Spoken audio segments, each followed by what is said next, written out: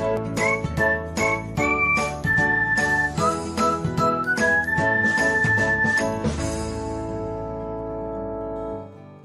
everyone, welcome back to another episode of Technologyglance. Today, in this video, I am going to guide you through how you can allow birthday notification on Facebook Lite. So, let's get started. Firstly, open Facebook Lite app in your device. Then tap on three lines icon. Next, tap on settings. After that, tap on notifications.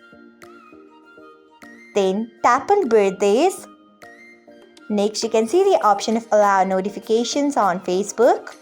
Turn on it by tapping on it. So, this is how you can allow birthday notifications on Facebook. Thanks for watching. If you found this guide helpful, we would love it if you hit the thumbs up button below.